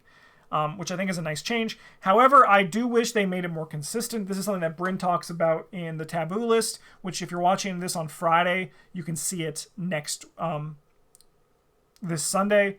And if you're watching this video, you can see it last Sunday on the channel. Yeah, Danielle still gets to evade auto elites, but she has to get attacked for it, which is more fair. Yes, exactly, right? Discovering a clue is basically... and breaking into requires a card. Yeah, see, like, that's like... Stunning Blow requires you to attack something successfully, right? This is just grabbing a clue, which is, like, super easy, right? You can do it with a test, but you also can just do it for free. Yeah. Ancient Covenant. It now only affects you, which I think is, like... I mean, like, I think Ancient Covenant is too strong. It's very powerful. It's very powerful. But I do think that it doesn't actually do much. For me, in 2-player, I mean, maybe 3 or 4-player it does more. But it basically just, like, to me, just reads, hey, keep doing what you're doing, you know? However, I do think it's a nice power decrease for it, you know? It is a nice power decrease where you can't, like, blessed tokens could then be wasted, which I guess is, like, the idea behind it, right? When every time a blessed token has a chance to draw an autofail, it means that that blessed token was potentially wasted. One of the covenants should have been unique, so multiple people couldn't take the same covenant. Yeah, potentially.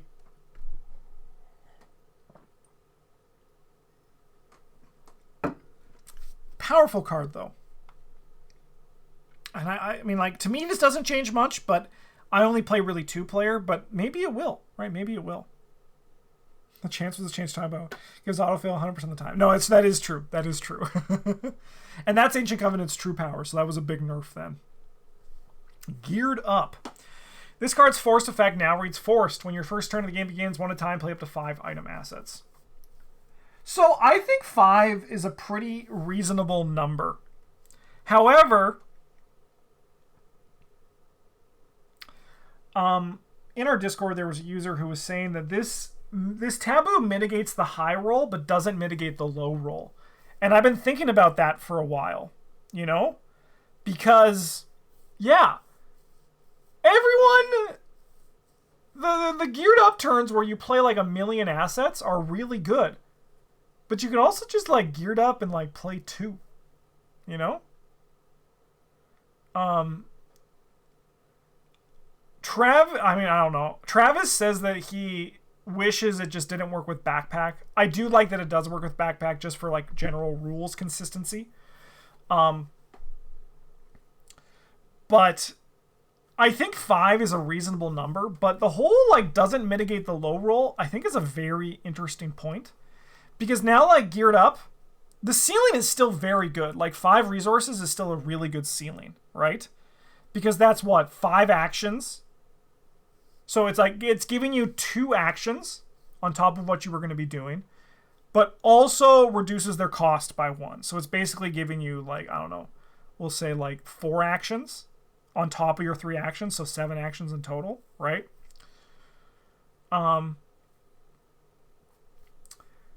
It's still very good, but like the whole no mitigating the low roll is an excellent point, and it has me thinking a lot. I think it's fair. I think it's a fair thing, because if you're building your deck properly, you'll be able to hit 5, and 5 is really good. And if you're like missing, it's probably on your deck, right? It's probably your fault. Potentially. I don't know. I haven't played enough geared up decks to really know. Jeremiah Kirby, this is another great change. So he can now only do his ability twice per game.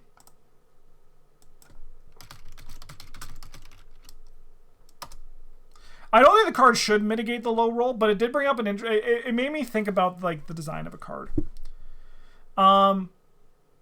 It's a good day for Jeremiah Kirby. This is like the David Renfield change to me. Hey, Mike! 49 months at the Golden Table. Thank you for using Twitch Prime. How's it going, Mike? Yeah, Mufasa returns. Let's go. It's just as on point as the David one. I agree. This is a fantastic change because it lets the people play with the card who want to play with the card like a normal person, you know? And if you want to do the crazy Jeremiah Kirby shit, just play without the taboo list, you know? Like, just do that, right? Because, like, it still works with hit and run. So you can play, like, one Jeremiah Kirby with a hit and run, then play him normally. But, like, I like the philosophy behind the max twice per game, right? Because what it does is it gives you, as the player, your 2 Jeremiah Kirbys in your scenario, right? And it's just like a nice, reasonable number to draw 10 cards potentially, or even 8 cards. You know, it'll be twice total because it's max twice per game. Yeah, so it'll be total.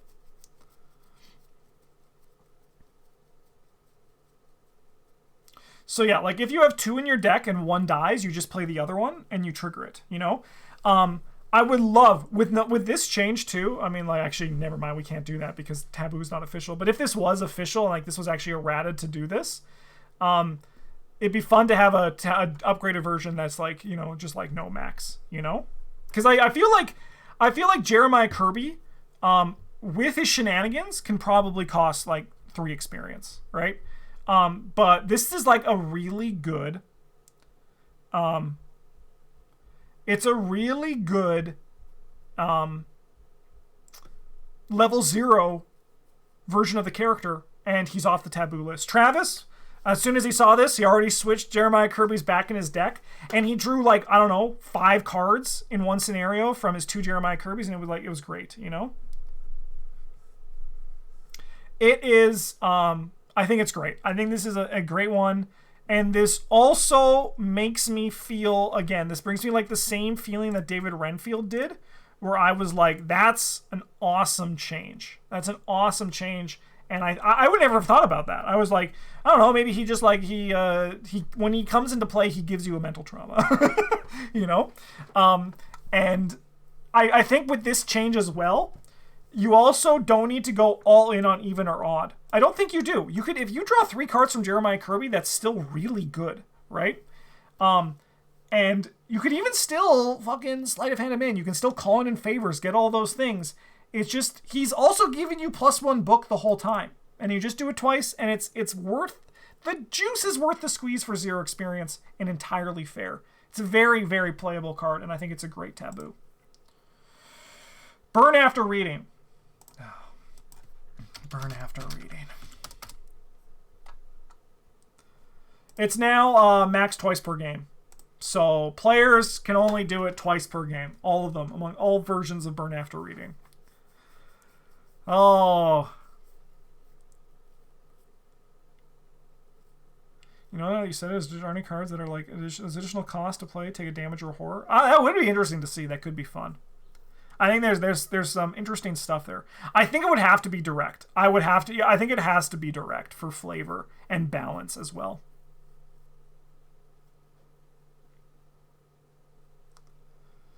The story they gave in the article is that some groups were all just buying these for the last scenario. I can see it because people hate losing Arkham. It's honestly, get these fan designs out of here, IMO. I think that like this one is like, I think it's like too good, you know? They go like they were like too bad for a while, and then they were like, everyone was like saying our cards are like too bad, so let's make one that's like good, you know? It's just so powerful of a card. And I was hoping that they would also add a taboo just for fun, like you can't play it. It's max for the whole card. Max for the whole card. I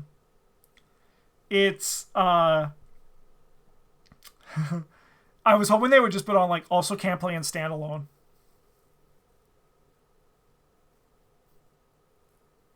Just for fun, you know?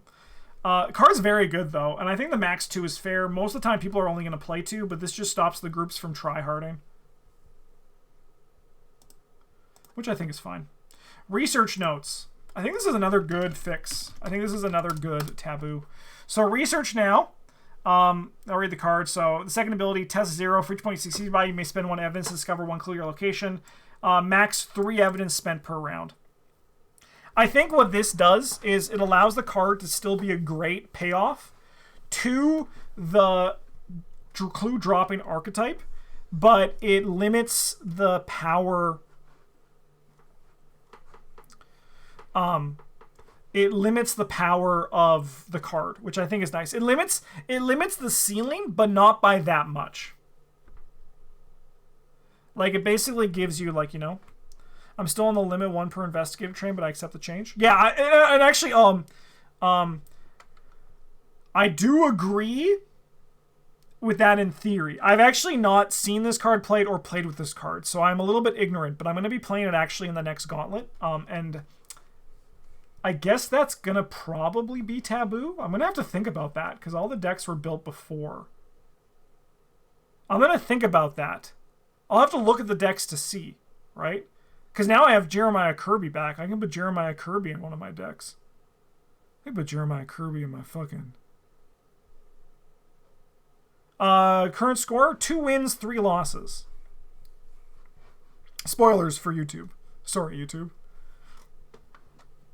I think it's a good change, though. I think it's good. But once again, I've never seen the ceiling for this card, but I hear the ceiling's pretty good. However, I also respect the fact that this card is a payoff card to the archetype as well, right? Like, the idea is that you do nothing for a while, and then you just, like, burst on, like, when needed. So, I'm curious. Okay. And our last one here is Power Word. And this card got gutted. And I'm going to be honest. I love it. Power Word. This card's action ability now reads action. If attached enemies at your location, parlay, test brain 3. If you succeed, give it a command. Limit once per round per command. Go. This enemy moves one direction of your choice. Mercy has also been removed from the card, from the upgrade card, and Cower has been added to the card.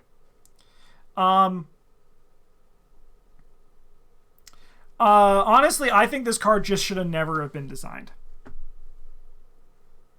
I think the card is just kind of like, to me, it is like the opposite of what I think a good card is for Arkham. And I'm just some guy, right? So, like, my opinion doesn't matter at all for that. But it's one of those things where I think they like, I don't know, man. Like, obviously there's a lot you can do with Power Word that is very powerful, and it mitigates a lot of problems like that the game throws at you, right? I do think the Taboo went a little like hard. But again, I'm happy that it did, because I'm petty and I don't like the design on the card. But I do think that the brain, like the brain 3, is strange. There was someone on a certain Discord who was saying that it should have been like enemies remaining health, which I think is a cool change. I think that's a cool, like, Brain X. And they have the space. Actually, they actually don't have that much space because it is pretty tight on the card. But I'll pour one out for all of the people who love Power Word, but I do think the game is probably better in the long term if this card is just dead. Because I don't know. I just don't like the design on the card. It just mitigates problems, you know? It just mitigates problems, and but I think the card's kind of just like, it's a fun power fantasy, but can I be honest? I don't think Arkham should have power fantasy. I think it kind of goes like against what Arkham is. Just my opinion of what Arkham is, right? To me, Arkham is a struggle, right? It's against the mythos. But being able to, like, turn a Gug to your power is just, like, a bit too fantasy for me. Doesn't the Parallel Pete have the same problem as All Power? Parallel Pete's very strong. Parallel Pete is a scary boy. I have to do more testing with him, but he's very strong.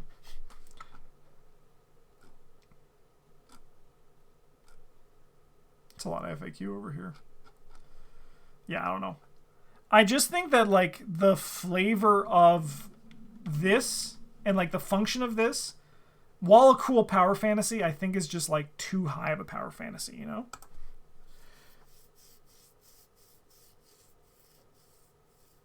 Figure that Arkham should be a struggle, but it does feel less that way with a huge card pool. Still, printing cards like this doesn't help. I agree. And I also think they should explore printing cards that are powerful. Like, they shouldn't stop, right? What I would love for this game to have is an actual official rotating format where it's like, hey, you can only play with these 3 expansions for this 6 months if you wanted to join this. Because, like, Travis, Bryn, and I are just started recording a challenge run where we drafted again in a specific way. And it limited our collection but still gave us control. And it was one of those things that we struggled a lot, and it was really fun because of that. And, like, the struggling is, like, I think where Arkham is really enjoyable. And I don't buy the whole just go to hard, right? Because the only thing hard does is it just makes the math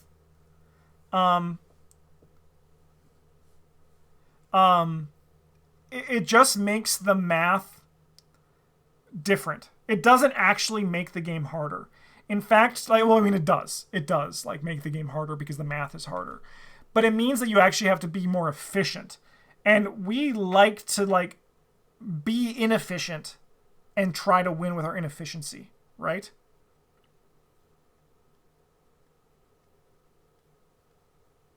Yeah. Because, I mean, like, you can still struggle and be powerful, right? But cards that just mitigate issues, like moving with Runik Axe, healing from enemies at will with Power Word, ignoring attacks of opportunity. Those are all small things that, as they appear on more and more cards, changes the struggle of the game, you know? Yeah, and hard mode is unsatisfying because it even more so encourages only using 1 or 2 stats. I agree with that as well. I also don't think Marie's dead. I think Marie is To me, Marie is a powerful investigator that I don't play too much because her card pool kind of... I hate it. I hate it. But yeah, she got David back. Yeah, no, I mean, I think Marie is powerful. Because, you know, free actions, right, are good. But I just hate her card pool so much. It bores the hell out of me. Yeah. I don't know, man. I think it's a great taboo list, though. I think it's a great taboo list. Probably... I think it's probably my favorite. Oh, should they address Tongue Twister? And Thrice Spoken, which really made this card. Yeah, I mean, yeah, no. I think Power Word has a lot of problems beyond just this. Honestly, and I think like High-Brain Mystics are still going to take it, and they're still going to have a great time. It kills it at level 0 for sure, but like, honestly, I don't even think at 0 it was playable that much. Yeah, honestly, it was... Marie not being able to take the sickle and the dowsing rod is almost as bad as Rita and Finn being unable to take that one card from Scarlet Keys. You know?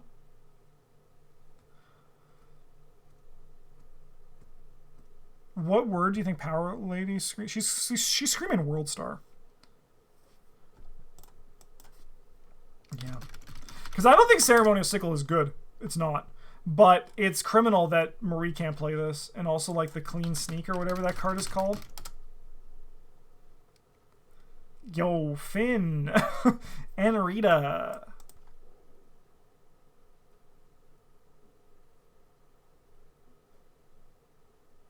Marie can use Power Word.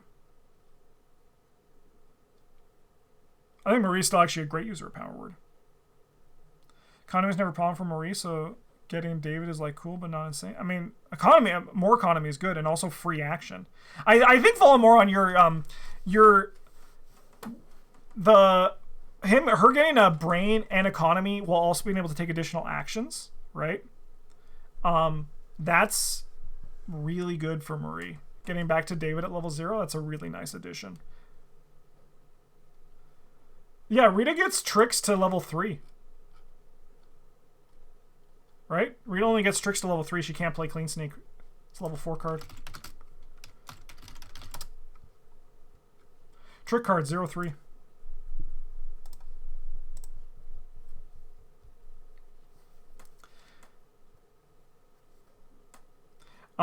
Because, man, that's crazy to me. This is such a weird miss. Yeah. I think the Scarlet Keys player box was a really fun player box of cards, you know? But the clean... I need to close this video. I gotta close this video before we go too far from it. Great taboo list. Interesting FAQ. This was a video that went much longer than I thought. And it also went a bit rambling, but I hope you enjoyed it in YouTube land and we checked out the FAQ and enjoyed 2 hours of Arkham goodness. In the meantime, have a good one. Thank you so much for watching, and as always, a GG's.